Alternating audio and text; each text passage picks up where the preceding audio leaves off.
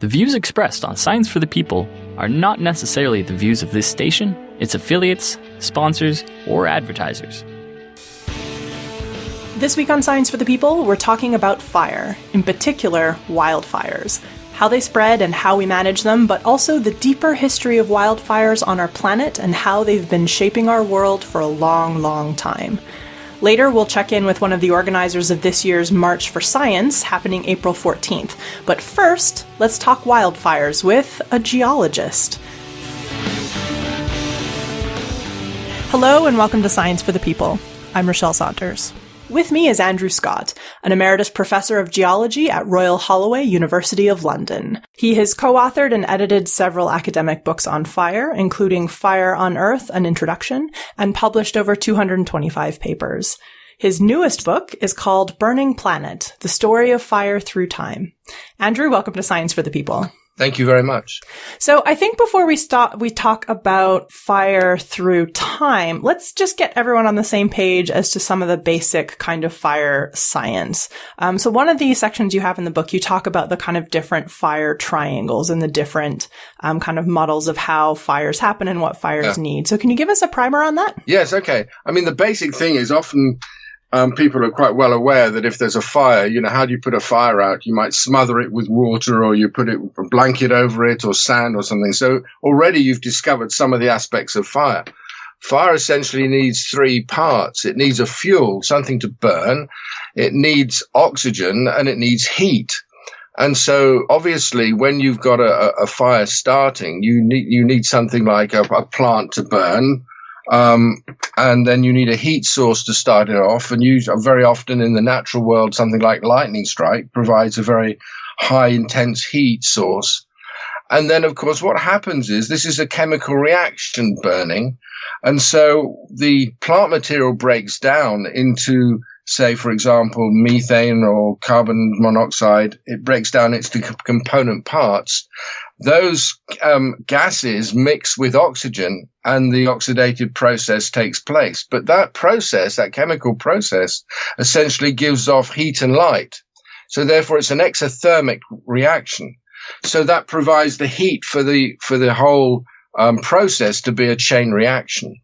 So the only way to stop it is either to run out of fuel, to change the heat source, in other words, get rid of that, or you might provide a situation where the fuel becomes more difficult to burn. So that's why you might flood it with water, because then the heat is trying to evaporate the water rather than break down the parts of the plant material. So basically those three elements are there, and that's a sort of a basic triangle. So that whether you're dealing with a fire in the natural world or you're dealing with a fire in your home, you've got the same three major elements. So whenever you're going to talk about fire, then you need to think about those three things. And I think that's the basic where we start. And then you can take it in different triangles up through into the landscape. But those are the three fundamental ones. So that's our starting point, of having a fuel to burn, having enough oxygen around in order for that chemical reaction to take place. And you need an initial heat source, at least, to start off the chain reaction. And when we're talking about the idea of forest fires, there's sort of another level up where there are some other factors that can influence, once a fire gets started, how a fire kind of acts in a landscape. Yes, I think you then get into the whole realm of the nature of the fuel, how much fuel, how the fuel is organized, if you like, how wet the fuel or dry the fuel is, or, for example, there are other aspects such as the weather. For example, wind, for example, can be a major factor, or even temperature, of course. So you tend to get fires after very long, hot periods, because that has the effect of drying the fuel, not just drying dead fuels on the forest floor, for example, but actually making some of the plants drier altogether, so that there's more chance of a fire get started. Because obviously one reason why you don't get that many fires in, say, the Amazon is that it's quite wet. And so when a lightning hits a tree, unless that tree is dead and dry, much of that energy, if you like, from the heat from the lightning, goes to evaporate the water in the plants. and it's dissipated very quickly and doesn't therefore break down the plant material to provide the gases to cause the chain reaction to occur. So you can look at it at several levels, if you like, up. And so then when you start to think about how fire spreads, it depends on whether the vegetation is changing across the landscape. It depends on how the topography is changing, and so on. So that you get into a whole number of different levels. The idea of topography having a big influence on the ability for forest fires to spread was actually something I hadn't thought of too much. So what kinds of topographies are more friendly to fire, as it were? Oh, well, fire likes, if you like, slopes, because of course you often get updrafts up a slope. So you can actually spread fires going up a slope much quicker. So, those can be a real problem. Where you've got a bit of topography. On flat lying areas, it moves slightly differently, but certainly where you've got updrafts can create a lot of problems.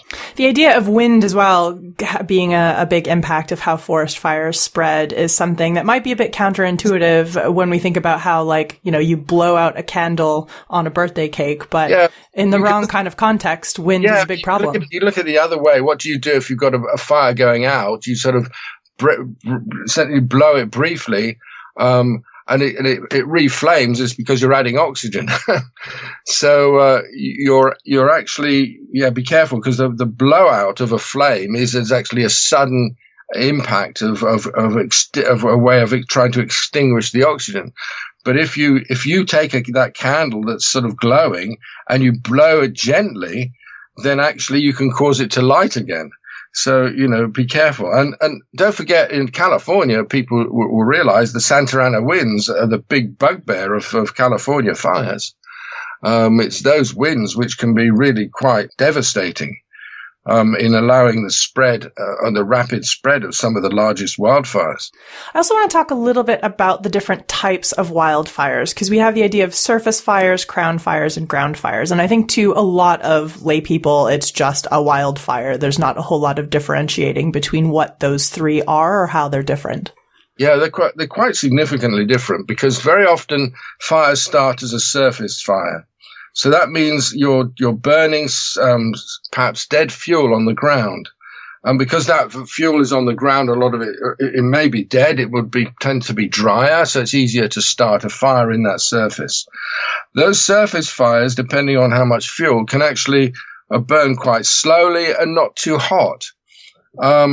Now, the problem then is that's the way that many fires go, and there are many different types of vegetation that can survive very well just having surface fires go through their system. Many pine forests, for example, or even eucalypt forests can actually manage quite well if you have regular surface fires, which, if you like, get rid of the fuel on the ground.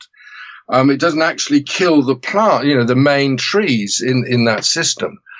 On the other hand, if you have a large amount of organic matter on the ground, and it becomes very dry, the fire might get into the soil part of the system, go into what we call a ground fire. Those can smolder for a very long period of time and become quite a bugbear of trying to put a fire out. But the worst problem becomes if you translate from a surface fire, which might be easily containable, into in a forest area, into what we call a crown fire. That means it goes up into the treetops. And then you can, if you like, spread the fire very much more quickly. And it spreads at different rates at different levels. So you might actually have a disconnect between fire going up in the crowns and fire on the surface. And of course, fires in the crowns can be quite devastating, can move very fast. You start putting a lot of flaming embers up into the smoke, and that can travel long distances and spot fire ahead of the main fire front. So you have the potential of not only having a single fire front of it moving in a single direction all at one time, but you're spotting ahead, maybe up to 2 or 3 kilometers or a mile or two ahead, and therefore you're starting many fire fronts at once, and that becomes the real nightmare for firefighters. Because you can suddenly find yourself with a whole bunch of fires where you only started out with one. And these flaming embers can be a real problem.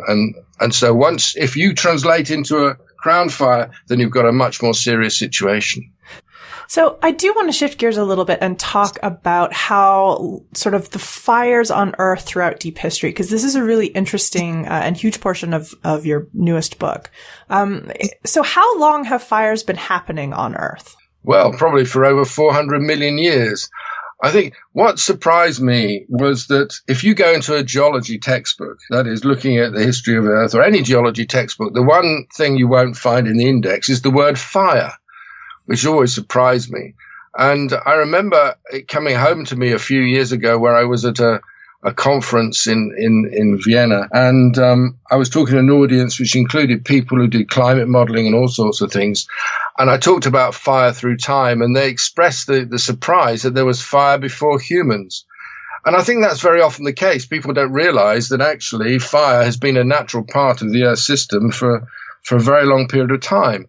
And when I first started out in this field, gosh, even as an undergraduate, fire was not even mentioned. And indeed, even today, if you ask most geologists, how you're going to recognize fire in the fossil record, they wouldn't have any idea at all. And even if you challenge them and say, well, actually, you can do it by looking at fossil charcoal, which is the remnants of the not fully combusted plant material, most people will not be able to recognize charcoal in a rock.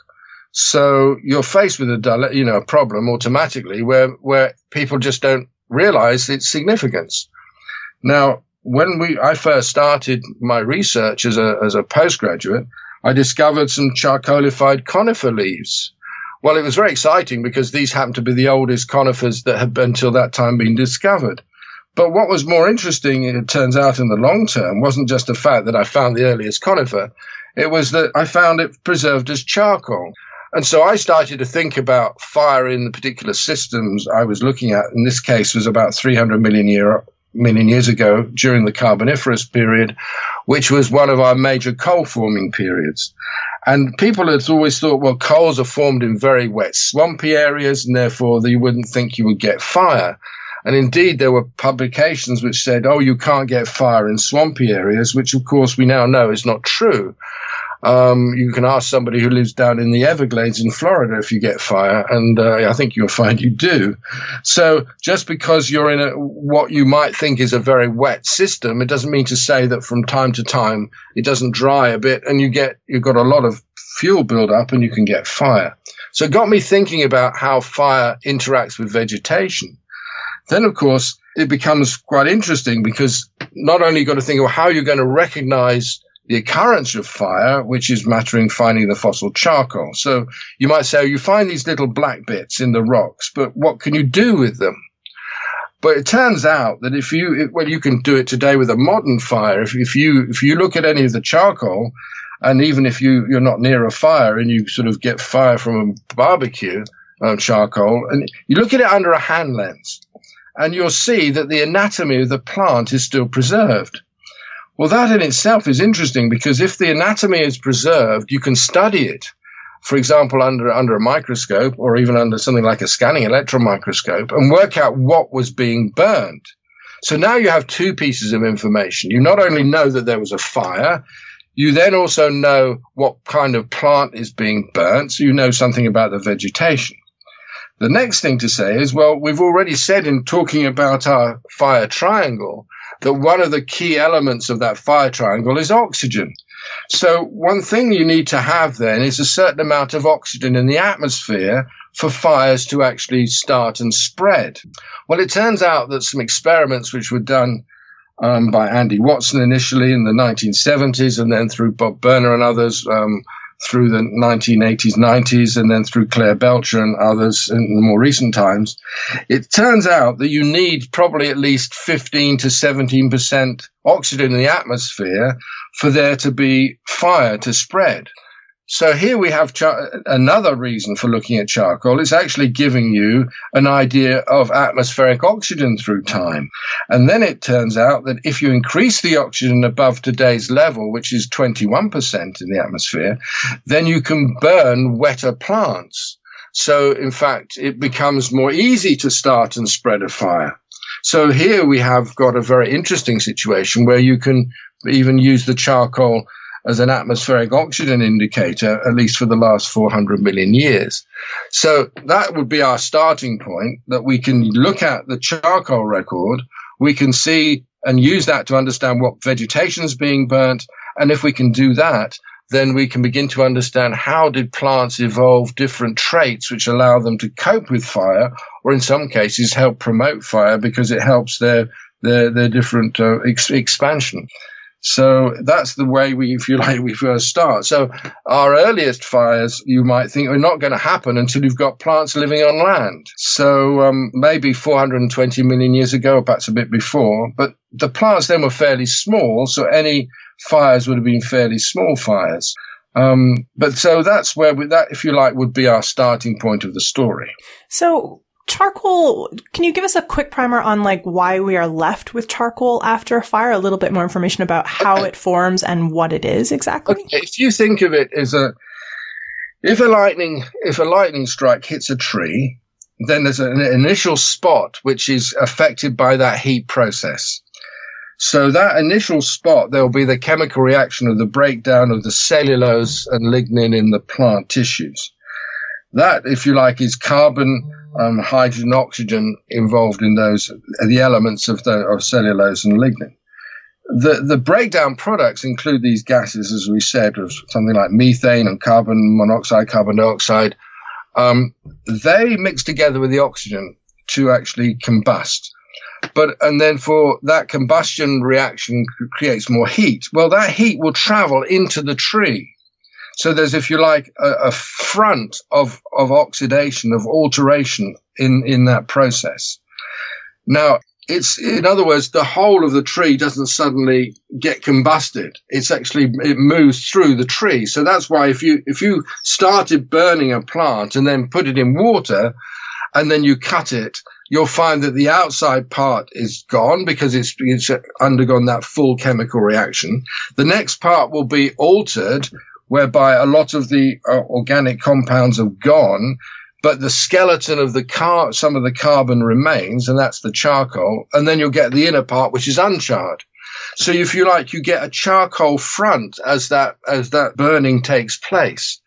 So that if you have, for example, a bonfire or a campfire, if you like, and you're putting wood on, and then at the end of that period it goes out, very often you'll get ashes which include pieces of, so the mineral material which hasn't combusted, but also you'll get a lot of the small fragments of charcoal, which is material which hasn't completely undergone the oxidative reaction in burning. So that's the residue that you're left. Now that carbon, that material itself, that charcoal, is, if you like, proportionally enriched in carbon. And it's much more inert and therefore survives very well in the fossil record. It's lighter. It tends to float very easily. It gets transported and gets buried in sediment and therefore is easily dispersed and is found. Some of it's dispersed, obviously, smaller fragments are dispersed in the wind with the smoke plume, but the larger fragments tend to be moved by water and then deposited in different environments. And so you find charcoal actually in fossil record in all sorts of different rock types. It's just that most people wouldn't tend to recognize them because they couldn't tell necessarily the difference between a piece of charcoal and a plant which was blackened because of other processes. So that's often the difficulty. But certainly, if you find a piece of charcoal in a rock, you look with a hand lens, you can see the anatomy of the plant very easily. And that will tell you that. And then also, like charcoal, you might be familiar if you're an artist, or if you're fiddling with a barbecue charcoal, you get your hands black. So the charcoal tends to be very brittle and makes a mark on paper very easily. And the same is the case with fossil charcoal. So it does occur very widely and in sometimes in very large abundance. I was quite surprised to find out that charcoal is abundant in places in the fossil record because it is so brittle and I wouldn't have expected it to survive. Oh, it floats very well. Well, again, there's a misunderstanding. If you take a piece of charcoal and you put it in water, it'll float on the surface and will actually transport very long distances without much breakup. It depends on what the temperature was, because your charcoal goes through different changes depending on the temperature achieved during the charcoalification process. So initially, as you go to 300 to 400 degrees centigrade, then the cell walls will fuse. But if you begin to increase the temperature to 500 or 600 degrees and more, then there'll be cracks that occur within that charcoal, which will cause that to break up more easily. So it depends on the temperature of the fire which was going through the system at which the charcoal was formed, and a whole number of other processes of what were the different tissues. Because it's not only wood which can become charred, it's also leaf material can become charred, and even flowers, which was a big surprise to me. When we first started the research, people hadn't even imagined that flowers, could become formed as charcoal. But it is possible. And indeed, some of the work done on the early history of flowering plants has come from charcoalified flowers, which has been quite an interesting development over the last 30 years or so. It's interesting because it seems like we can actually tell quite a bit about the plant, even though it was charcoal or turned into charcoal millions and millions of years ago, that in some cases we can actually tell quite a lot about it. Yeah, I think one of the surprises to me is just the incredible detail of which you can find in some of these charcoalified flowers. I found a small little ovule of a plant from about 325 million years ago in Scotland, and this little ovule is about 1 millimeter long. But under the scanning electron microscope, you can see that it's got a large number of glandular hairs, and they're all preserved beautifully in charcoal. And it's just exquisite. And indeed, once you start looking at the anatomy of these plants under the microscope, they are beautiful. It always surprises me why so few people look at it, because it is astounding material. And I suppose it's because it hasn't got the attraction of a large dinosaur bone, or it's not got the attraction of a pretty shell that you can pick up in the fossil record, or a shark's tooth. You're dealing with small black fragments, so they don't seem very sexy to look at. But actually, they can show so much detail and so much give so much incredible information that, I don't know why more people aren't looking at it. If you take, for example, some of the leaves we found, not only then you find charcoalified leaves, so that tells you something not only about what was burning, it tells you something about that there was more than 17% oxygen in the atmosphere. But in fact, the preservation of the stomata on the plants, those are the gas exchange pores, tell you something about the CO2, the carbon dioxide levels in the atmosphere. So from a small charcoalified leaf, you can gain not only information about the nature of vegetation, the nature of fires, but also the nature of oxygen and carbon dioxide in the atmosphere, and also in relation to that, something about the climate. Such a huge amount of information on such a little thing. I know. It's just astounding. And so one thing I think the problem that we face is that fire science is the most, if you like, diverse of sciences. It incorporates physics, chemistry, geology, geography, a whole range of biology, and therefore is not studied by one group of scientists. And I've often said to people, I said, it's like most university departments have a fire department, but that's the only one that's not academic. It's the one that goes to put out fires on campus. So, fire science falls through the cracks. You might have fire safety engineering, which is, and then people say, well, how is that relevant to my biology? Or how is that relevant to my physics or chemistry? And then you find that people are studying, for example, you take charcoal, you'll find 5 or 6 or more different disciplines which look at charcoal. Some people use charcoal, as you see, in barbecues. Some people use charcoal as odor eaters, or some people use charcoal in medicines, or think that, they can ingest charcoal. Some people use charcoal for art materials. So the number of people, there are lots of groups, but they very often only read their own literature. And so they don't realize that, there's a lot of cross-fertilization of literature. I've often refereed papers where I said, well, why you've done that? It's already been done by 5 other groups of people in different disciplines, because you don't tend to read things outside your own discipline. And it's got worse. I think that everyone says, oh, you've got more access to literature in the internet. But actually, that's true, but it also makes people a bit lazy. And so you think, well, I've got these papers and they're in my field and they're relevant, but then they don't look into other fields, if you like. But it's quite an interesting thought that there's a lot of information out there that can help you understand how charcoal's formed and what you might learn from it. But it's often in all sorts of different places. When I was looking for information to do an episode on fire, it didn't occur to me to look in the world of geology. It just doesn't seem connected, but it turns out here we are. Well, yeah, I think then you've got to think about how man evolved. They've evolved into, well, we've only just started on the story of fire. So fire then has got a 400 million year history. And so as you develop and understand, you understand that through various periods of Earth history, you've had periods of low fire and high fire, depending on the atmospheric oxygen. We now know that periods, for example, during the Cretaceous, between about 140 and 50 and about 65 million years ago, you had period of probably increasing oxygen above the modern level, where there were many more fires. Of course, that's the period when the dinosaurs are on the Earth, So, it's very interesting. It's only in the last 10 years or so that people have been able to show scenes of dinosaurs wandering the landscape and running away from fire. That's actually quite a subtle change that's happened only in the last few years, because people realize that this was a period when there were a lot of fires. But people then studying the phylogenies, that is, they understand the relationships of different groups of plants, and looking at when different traits evolved in plants. So, for example, in pines, the development of very thick bark, which allows them to survive surface fires.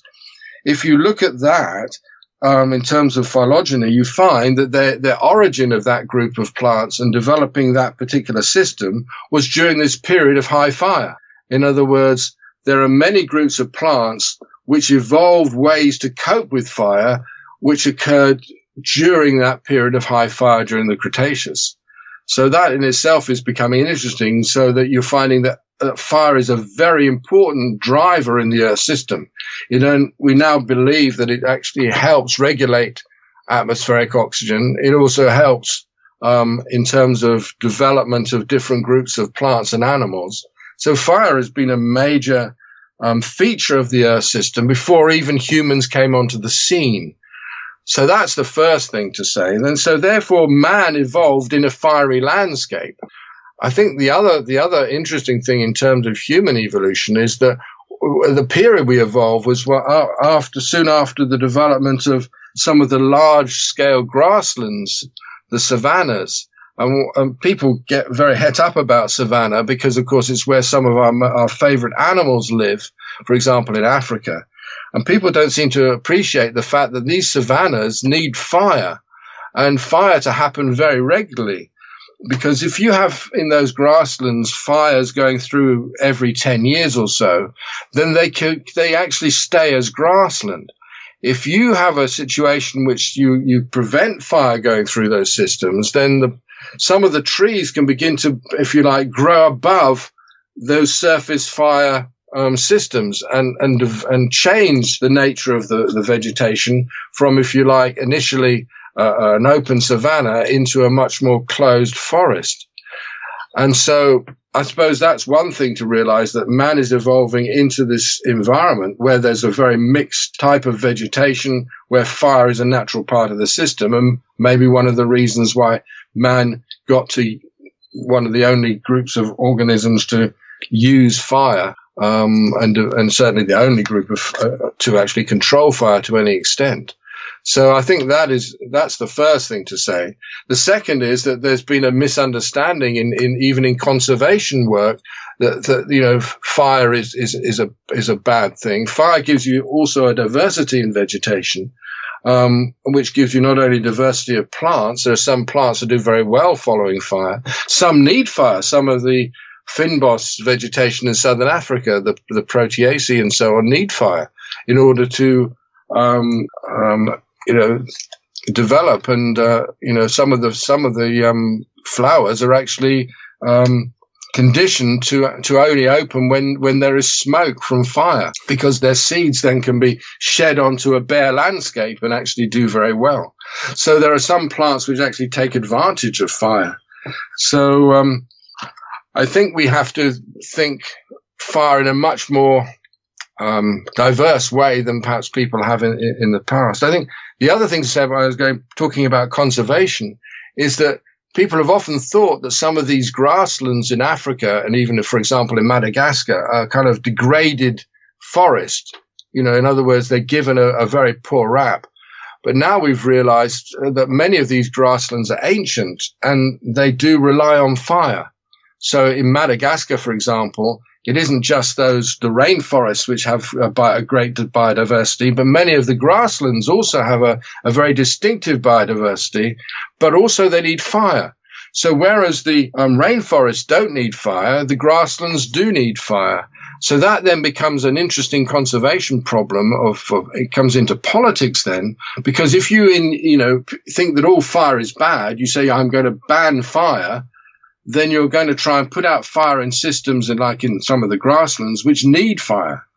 And therefore you're going to alter them. You might be thinking you're doing good because of your conservation methods, but actually it might not be so as good as you think.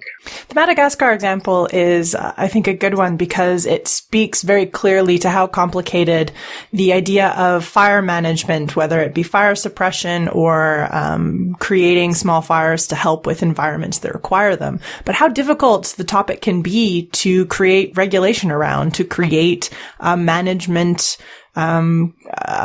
strategy around, because different areas, even in the same country, can need very drastically different interactions with fire in order to maintain the current ecosystem, in order to keep it healthy, or in order to stop from introducing something that it actually would be very devastating to it. Yeah, I think that's one of the conversations that we need to have. The point until now is that fire has often just come onto your news as a disaster, and then that's the end of the conversation. And we need to think about it in a much more level-headed way. We need to discuss fire to realize there are lots of different kinds of fire in different types of environment, in different parts of vegetation, in different parts of the world. And of course, many of these types of vegetation and situations cross boundaries, not only boundaries of states or counties, but also national boundaries. And therefore different policies in different countries can actually be quite significant. You can, if you look at the fire from satellite data, you actually in some cases can pick out national boundaries on where there is fire and where there's not fire. It's a very interesting situation because of different policies. Also, you can have a policy which unfortunately might promote fire. There are policies in some countries, I better be careful what I say at the moment, but there are policies in some countries which say this forested area can't be logged. But if there was a fire in the area, you can go in and take the logs out, because that's obviously destroyed now, that vegetation, and you can take the logs out. Well, it so happens that it may be that there's some natural fires in a forest, but then sometimes those become a bit more prevalent because certain people are promoting fire, if you like, in those environments, because they know that they can go in and take the logs out. And there again, so there's also the unintended consequences, for example. The people in Indonesia, as we probably know, is that there are major fires because people have drained the peat swamps because they want to go in and log, and then they drain the peat swamps. So not only then when fires start, it's not just a problem of the above ground vegetation burning, but it's also the fact that those peats burn. Now, those peats are burning. They're creating huge quantities of smoke. Those smoke from some of the Indonesian fires can go across Malaysia, Singapore and Malaysia. And now we know that smoke from fires have two consequences. It actually can kill people. There's mortality from that smoke. But we also know from research done even in Indonesia that some of the people in the villages surrounding where these fires occur. If you're pregnant, it actually can cause deformity in children because if the burning is taking place. So the person who's gone in to drain the swamp to take the logs out haven't realized that then that promotes fire, which causes problems with pregnant women, but also can kill people, hundreds or thousands of miles away in another country. So again, we need to think on a global scale. And I think also people haven't thought about fire even in terms of, in that case, people have calculated the amount of CO2 going into the atmosphere from those fires. So now we have a situation where we need to think about climate forcing from fire. In other words, not only the fact that you've got smoke in the atmosphere, you can put carbon dioxide in the atmosphere. In some cases, you've got particulate carbon going onto the ice fields, which might affect the albedo, which will affect global warming. And so now we begin to see that fire has an impact far beyond just the fact that some plants or some vegetations are burning. We need to think about it as a part of the whole Earth system. And that's something which is probably only an idea only a few years old. And so we're only at the very start of our conversations. It must be so difficult to try and create these policies, knowing that there could be very different pros and cons or wins and losses depending on what zoom level you take. There could be a very clear benefit to having maybe periodic ground fires to a local ecosystem. But if there is a place where lots of people live nearby and prevailing winds that tends to push that smoke, that could cause problems again. And if you don't do that, you can potentially end up with larger, more serious fires that can threaten people and land, cause more smoke problems, feed into climate change. Like there's so many different levels you can look at this, and sometimes they really conflict. And also this is happening in England, where I live. I live in a county called Surrey. It's just south of London. And for most people, it's a very populated county. But people often, even living here, don't realize we're the most wooded county in England. And there's a lot of trees. And we face a potential problem in our part of the world where at the moment fire is not, thought about very much. But as climate is changing, we have periods of a long summer drought. We have the potential of really serious fires, which can affect infrastructure really quite significantly.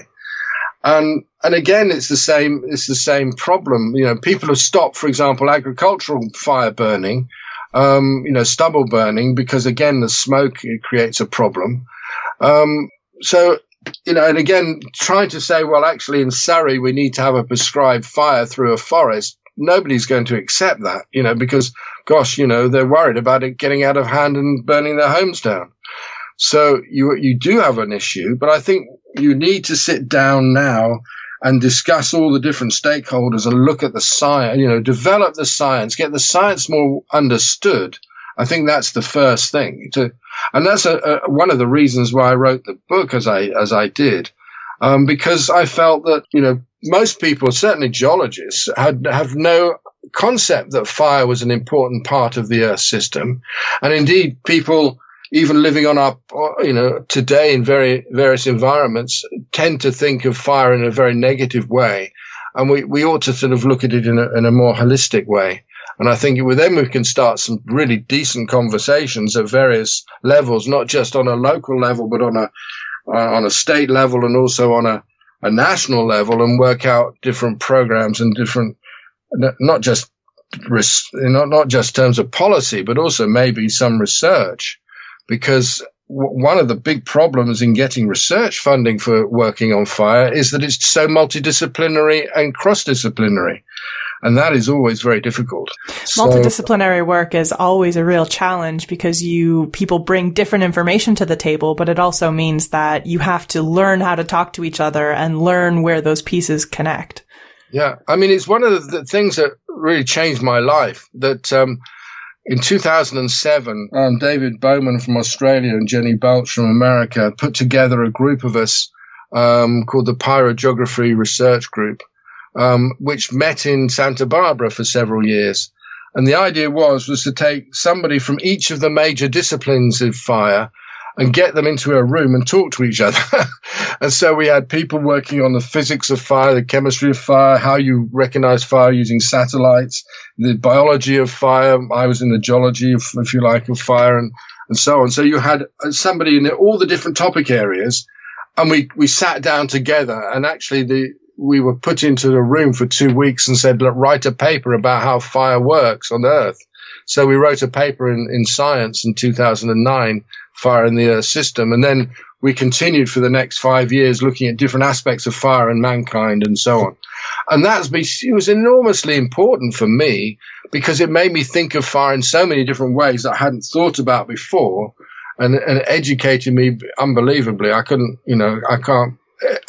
believe how lucky I was to be part of that group. I've learned so much. But on the other hand, a lot of people who were working on modern fire hadn't understood the deep time history of fire and how that has impacted on the Earth. So we all learn from each other. And I think that's the key. I've been to conferences where there have been a lot of people working on fire, but they've only been interested in their own one little aspect. You know, how do I develop a satellite to see this particular feature or so on?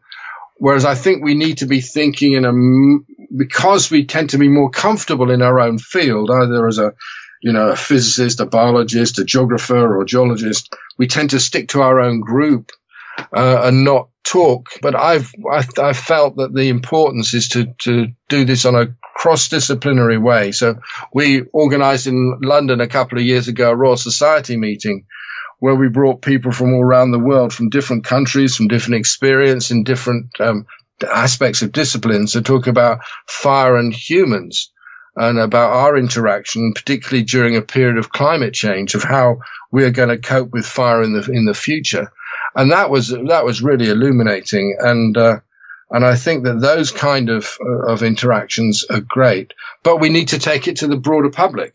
We need to, have these discussions elsewhere. I was earlier last year at Kew Gardens. They have a publication called the State of the World's Plants. And one of the features of the conference to launch last year's report was they had a session on wildfire. And to be surprised to me that many of the people working in plant conservation hadn't actually thought about fire. And so even areas where you would imagine that people would have thought about fire, for whatever reason, they haven't. And so, again, another point of doing this book is to hopefully it might capture some people's imagination and get people talking about fire in a broader way. We're just about out of time, but I wanted to ask, because I'm just a bit curious, what is the largest fire we know about or have evidence for in the history of the planet? Is there something like a continent-sized fire that we've seen evidence for? Funnily enough, talking about this, that's the one thing I remember when the idea of a global wildfire happened at the Cretaceous Tertiary boundary, when the extinction of the dinosaurs, and that became a popular idea. And I thought, at last, fire is on the record. Fire is sexy. but I don't think that was true. And indeed, there are other continent-wide fires which have been suggested recently. But I'm sorry, but they're not going to happen in the way that people think, because fires just don't sort of break out across all types of vegetation at once. It doesn't happen like that. And in fact, because we have such diversity in vegetation, diversity in fuel loads, diversity in the nature of the fuel, of dryness and wetness of the fuel, you're unlikely to get a continent-wide fire. You can get very large-scale fires, as some which the size of countries, small countries, or even the size of a state, it's possible. But even then, not all of that vegetation will be burnt. One thing that people need to think and realize is that when we have fires, they go through the system and often creates a mosaic. It creates areas which are burnt and areas which are not burnt. It doesn't actually destroy everything, and it certainly doesn't necessarily destroy and consume all of the vegetation at once anyway. So if you go into an area, if you go to your Fort McMurray fire and you go to that area now, you'll see lots of standing trees. You won't see, sort of 200 square miles of nothing, because it doesn't consume everything. And so, again, we have to be a bit careful on thinking of such continent-wide scale fires. It might sound sexy, but actually, most often the evidence is not really there. And But, the problem is that most people have very limited understanding or experience of fires.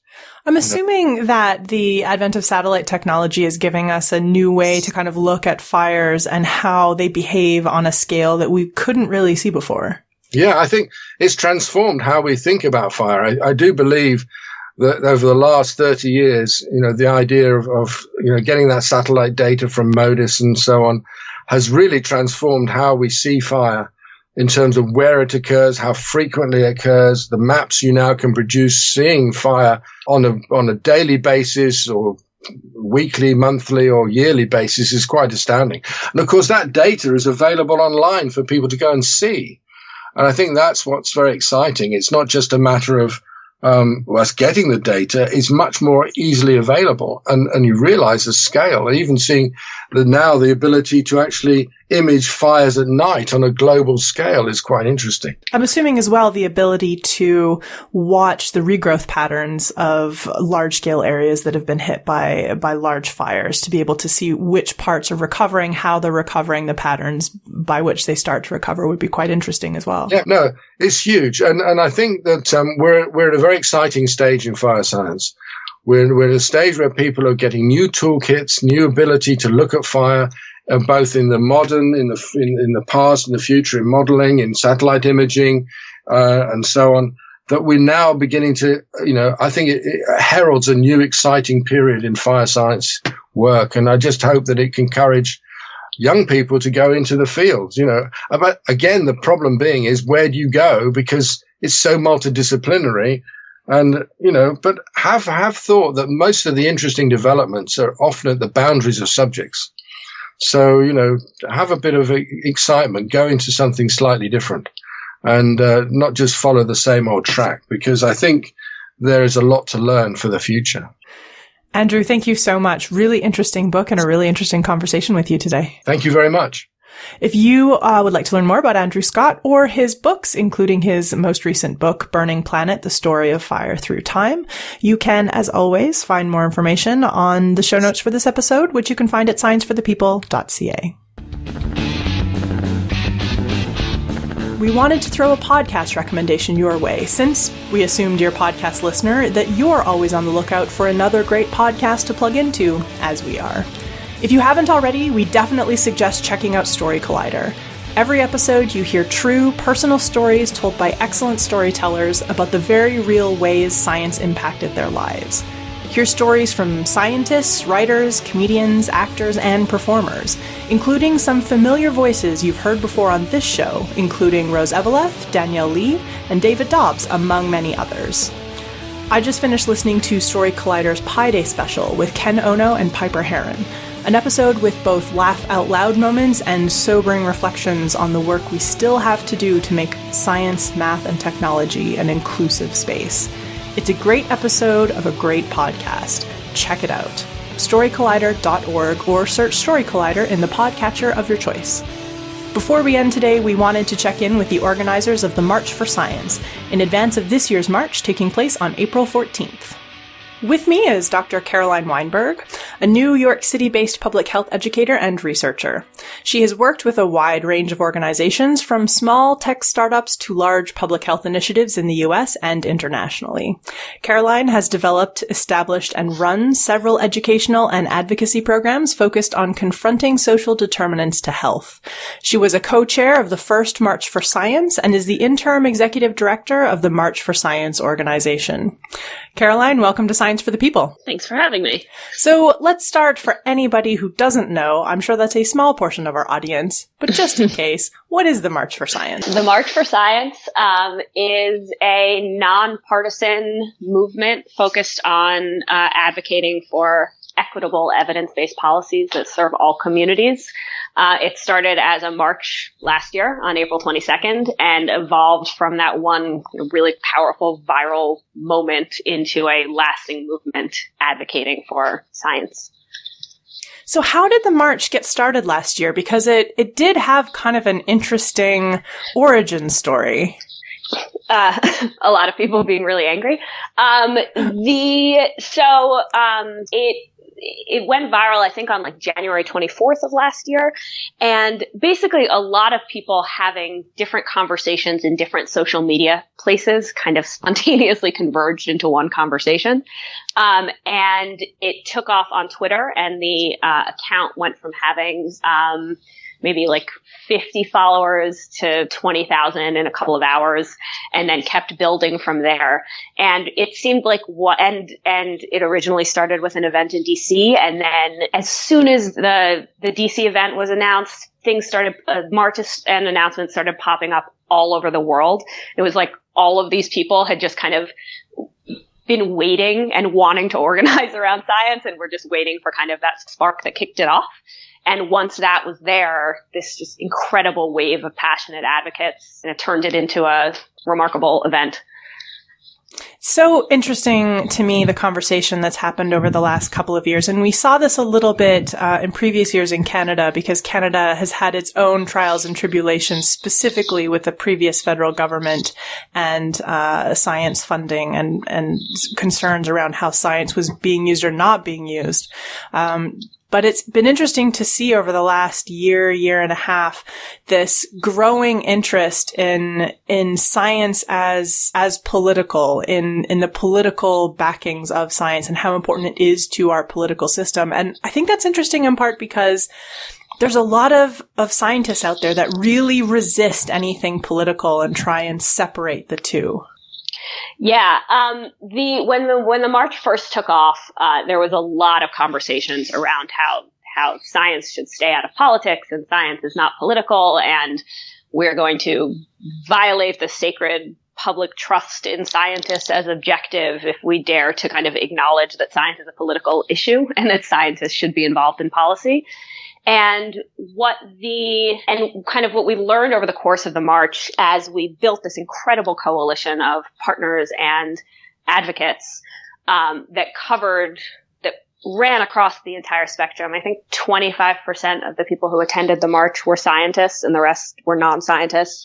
Our partner organizations range from large scientific societies to education associations to firefighters, to just kind of everyone. And what it really showed is that like science is political and belongs in policy, and that people want that to happen. And evidence bears that out. Like the people trust science. The recent studies have shown that people trust scientists and want them involved in policy and politics. And science is inherently political. Like who gets to perform science is political. Who science benefits is political. Science policies that science can help us kind of craft them to benefit all communities. Like it's time for scientists to kind of stop pretending that it's possible to stay out of politics in all of this. Kind of, we're at that point. Because scientists are people, and people have natural biases of their life experience and the things they expect from the world. You have to have a diverse range of scientists in order to see things from all of those different angles. Exactly. So the plan for this year, last year was a really amazing gathering of people showing support for science and what about science was important to them and how we could improve it. And this year we're really working to point that energy towards active change. So we're going to be doing live advocacy initiatives at the event where people can, take action by calling their representatives or sending emails or tweeting at them during the day. And it's really, and is really going to focus on encouraging people to hold themselves accountable and also hold their representatives accountable. So while because it's an election year this year, there's been a lot of focus on get out the vote, which we're working a lot on as well. We're having registration tables at our events, and those will be happening across the country. And we're doing a lot of initiatives just throughout the year in mobilizing people to vote and to get out the vote in November to vote for pro-science candidates. We're not endorsing any candidates, but just in general, we're encouraging people to be aware of the science positions of who they vote for. Maybe find out if they think climate change is real. But we can't allow it to become a narrative where your one kind of civic action is voting, and then you don't have to do anything again for 2 years. So we're working really hard to make sure that people are holding their legislators accountable year round by making that a major focus of what we're doing at the event this year. So continuing to have people take action while they're at the event, and the week after, the day before the event on April 13th, there's going to be a Hill Day where people across the country will go and advocate to their legislators.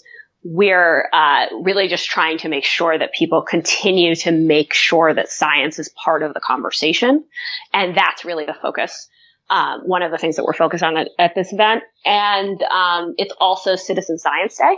So we're using the opportunity to help strengthen the relationships between the scientific community and the general public, and encouraging people to kind of get out and actively participate in science in their communities. I love the idea of having people make some of those take some of those steps during the march to contact the representatives. And I think that's a really good way for people to take that first step, because I think for many people, the idea of picking up the phone or writing an email to the representative rather than just signing a petition or sending that blanket email is really scary and probably makes some people really anxious. What do they expect? Are they going to get shouted at if they do that? Who are they going to get on the other line? I'm sure it's something that holds a lot of people back, not quite sure how to contact the representative or what to expect. Totally. We've found that,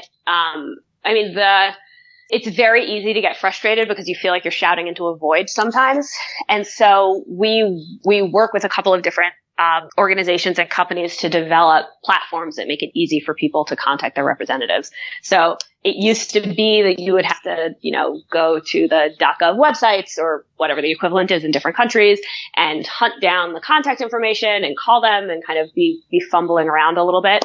And now, we have programs on our website where you just enter your zip code and it'll immediately connect you to your local elected official and give you a sample email that you can send and a sample script that you can send, and just making it easier for people, empowering people to use their voice basically, and making it easier as people kind of ease into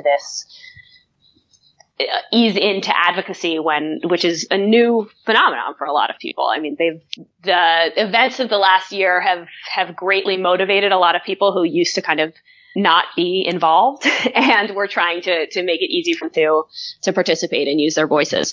Because it shouldn't have taken the events of the last year to push us to this point, and we want to make sure that people don't get fatigue and that they continue to stay mobilized regardless of kind of what's happening brightest in the news. So the march this year is April 14th. Mm-hmm. Where can people go to find more information about the marches that might be near them? So there's currently more than 200 marches organized around the world, and information on all of them can be found at marchforscience.com/2018. And that's information on links to where the marches are, their Facebook pages, their fundraising, their merchandise, everything you can do to support them locally, and then post-March, how you can continue to follow these local organizers and advocates to make sure that we continue science advocacy throughout the year. Thank you very much, Caroline. It's been a pleasure, and I hope there are many Science for the People listeners that show up at the march, and hopefully with excellent signs. Thanks for having me. Thanks a lot. If you want to learn more about Caroline Weinberg or the March for Science, we have links to get you started in the show notes for this episode, which, as per usual, you can find on our website, scienceforthepeople.ca. Science for the People is produced by Rochelle Saunders and edited by Ryan Bromsgrove. Helen Quivalon is our publishing liaison. We get research help from Josh Witten and consulting support from Desiree Schell. Our frequently seen guest hosts are Marion Kilgour, Anika Hazra, and Jessica Yaros. Our theme song is called Binary Consequence, and it was written and recorded by Fractal Pattern. Science for the People is entirely listener-supported. You can find us on Patreon, where you can support us with monthly donations in any amount, or you can send us a one-time donation in any amount via the donate page of our website. Science for the People is created in partnership with the Skepchick Network, a collection of blogs, podcasts, and video content focusing on the intersection of science, popular culture, politics, and social justice. You can find out more about Skepchick at skepchick.org. The show is hosted by science news writer Bethany Brookshire and me, Rochelle Saunders.